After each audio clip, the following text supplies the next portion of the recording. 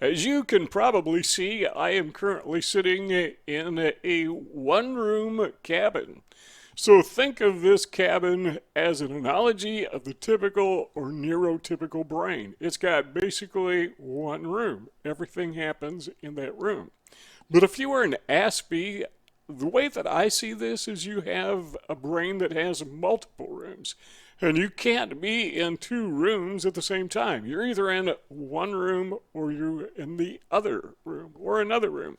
So, how many rooms are there in the Aspie brain? Well, I've identified three of them, and let me ask you if you can identify with this concept of having multiple rooms in your brain. Now, some people call this, or they may confuse this with multiple personality disorder. Nowadays, they call it something different. It's called dissociative identity disorder. But the idea is that you have more than one personality, and I don't think so. At least not relating to people with Asperger syndrome. I think that we have one personality, but just like you have one house, but it has several different rooms in the same house. Or another way to phrase it is you don't have a split personality, you have a conjoined personality. Still you, just one you, but different. You express yourself differently based upon circumstances. Now, people who live in one-room brains, they behave differently based on circumstances, but it's a matter of choice. It's what they understand. This circumstance calls for this behavior. And so they accommodate the circumstances by behaving appropriately. Whereas with people with Asperger syndrome, I notice that many times they are in circumstances and they don't willfully change rooms. They just can't help it. There's something about that circumstance that switches their brain to a different level of functioning. So here are the three that we have identified, and I'm sure there are more rooms, and if you could think of some, just notify us in the comment section. All right, room number one is this. It's what I call the confident room. That is the room in which we have the greatest confidence. And I've noticed typically this happens when we are alone. So when we're home alone or we're maybe in the car, whatever, we have we're just typical. We're just normal like everybody else. There is no inhibition. There is no fear. There is no problem with eye contact you're going to look at. So we have this absolute positive confidence like other people have, neurotypical people have when they're in a crowd. But as soon as we get into a crowd, then this compartmentalizing takes place because we find ourselves in an entirely, totally different room. Okay, what room do we find ourselves in now? Well, this would be the social room, or maybe we could call this the self-conscious room. So something happens, something shifts in our brain. We have moved into this other compartment when we are around other people. 1 second ago, we were by ourselves, totally confident, the true us, and now we are in a social environment, and now we are self-conscious. We are no longer confident. We have difficulty talking. We can't make eye contact. It's like a different brain has taken over, but really it hasn't. We just moved into that other room. For example, a good example of this, I know some people, they do people with Asperger syndrome, Aspergians, they do very well with one-on-one job interviews. Now, many of them don't, but some of them do very well with one-on-one job interviews. And the person doing the hiring, the human resources department or personnel, very impressed with the way this person comes across. Cool. That's something akin to the confident room. But then, okay, you're hired and the person goes to work. The person with Asperger syndrome is placed into this work environment where they have to deal with other people. Well, now what? Well, now what happens is they are in the social room.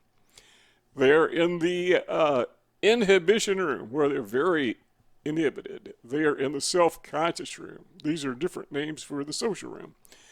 And they know they're different.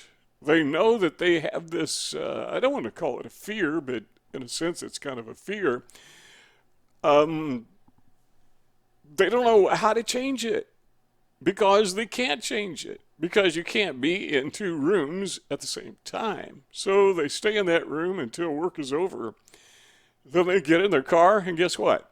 They're all alone. They're back in their confident room again. They get home, and they like being in their confident room, and so they stay alone as much as they can because they really don't like the frustration of being in a social environment because, again, lack of confidence, overwhelming inhibition, very, very, very self-conscious. Don't like that at all. So we get out of that room whenever possible and we go back to our confident room, which is our lone room. Well, there is a third room that I've identified. And again, I think there are many rooms in our brains, but you can think of some. Tell us about it in the comments. But this is what I call the confusion room. Aspies are very gifted at focusing. That is to say, if they have a project in front of them, they can focus on it. Well, I got a project in front of me right now. I'm making a video. I'm very focused. But as soon as somebody comes in, as soon as you are thrust into a social environment, maybe you have to leave your space, or maybe somebody else comes into your space, or many people come into your space, what you find is you can no longer concentrate and focus like you once did. That's the confusion room. Now, I think everybody has this to a point.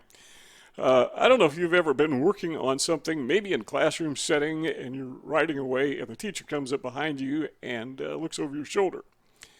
And suddenly, you're confused. What was I writing? What was I saying here? What was I doing? What was the problem I was trying to solve here?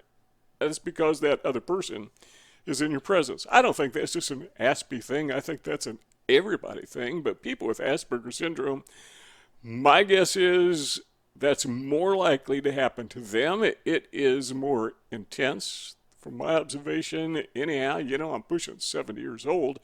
Life has been my laboratory. I observe what people do, how they think, how they express themselves.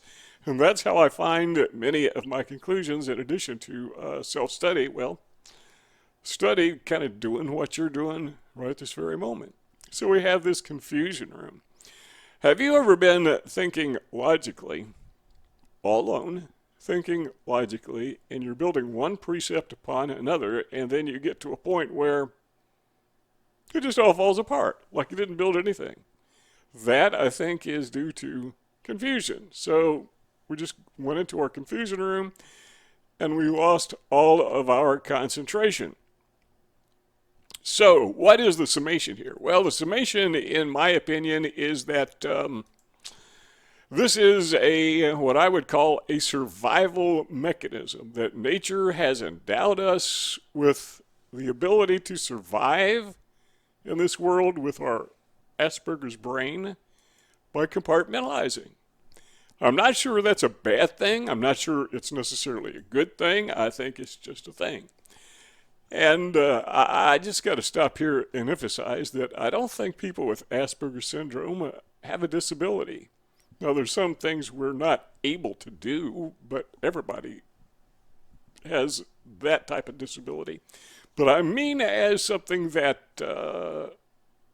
creates an environment in which we cannot function adequately. Yeah, we can do that. Maybe everything is not together like it is in the neurotypical world, but hey, you can turn that backwards. People who are neurotypical don't have all the advantages that people with Asperger's syndrome have. So from that sense, I'd say, nah, this is not a disability. Okay, with that having said, let me ask you this. Right this very second, what room are you in? Are you in the self-confident room? Are you in the social room? Or are you in the confusion room? Now, my guess is, if you're alone watching this video, you're in the confident room. But as soon as somebody walks in where you are, Could be the confusion room because that's the social room. Or it could be you could be moving back and forth from one room to the other. Yeah, that is confusing. And you'll notice on the screen there's a couple square boxes. We make a lot of videos, and these are as fresh today as they were the day we made them. So no point stopping here. This has been kind of a short rather presentation. So click on the box and have a look at some more things.